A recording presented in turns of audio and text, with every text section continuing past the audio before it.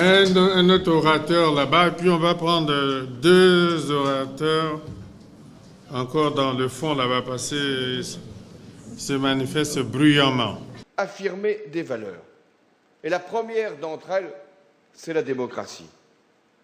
Certains pays, au sein même de notre organisation, ont traversé des crises politiques graves. Et ce fut l'honneur du secrétaire général et de l'ensemble des membres de notre organisation de réussir à surmonter ces crises grâce à des médiations.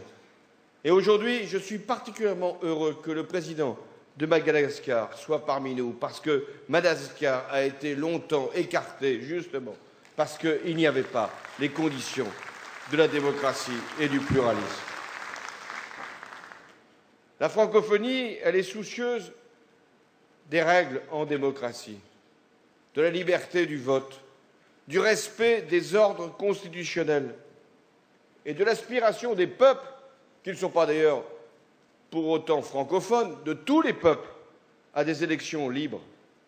Et c'est ce qui vient de s'accomplir en Tunisie et qui est une belle illustration, que ce soit dans un pays francophone, qu'il y ait pu y avoir la réussite d'un pays du printemps arabe.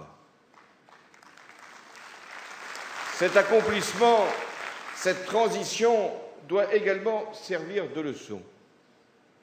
Là où les règles constitutionnelles sont malmenées, là où la liberté est bafouée, là où l'alternance est empêchée, j'affirme ici que les citoyens de ces pays sauront toujours trouver dans l'espace francophone le soutien nécessaire pour faire prévaloir la justice, le droit et la démocratie.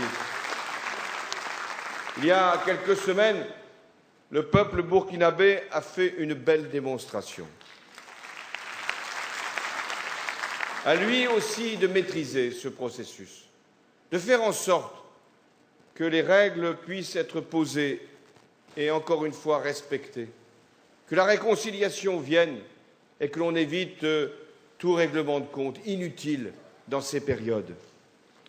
Mais aussi, ce qu'a fait le peuple burkinabé doit faire réfléchir ceux qui voudraient se maintenir à la tête de leur pays en violant l'ordre constitutionnel.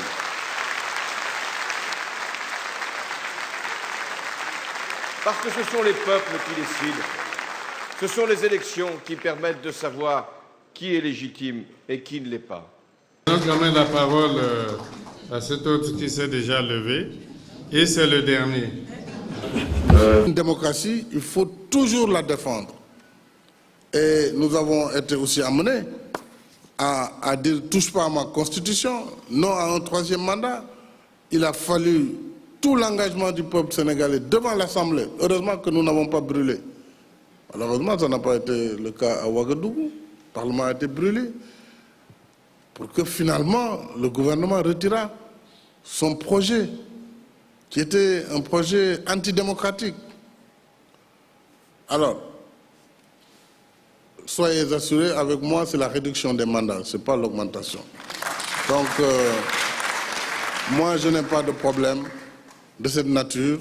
J'inviterai, bien sûr, tous ceux qui ont des charges à essayer de respecter autant que faire se peut leur constitution, mais je n'ai pas vraiment de leçon particulière à donner.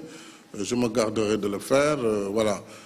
En tout cas, nous avons réalisé cette mission confiée par les chefs d'État de la CEDEAO avec beaucoup d'engagement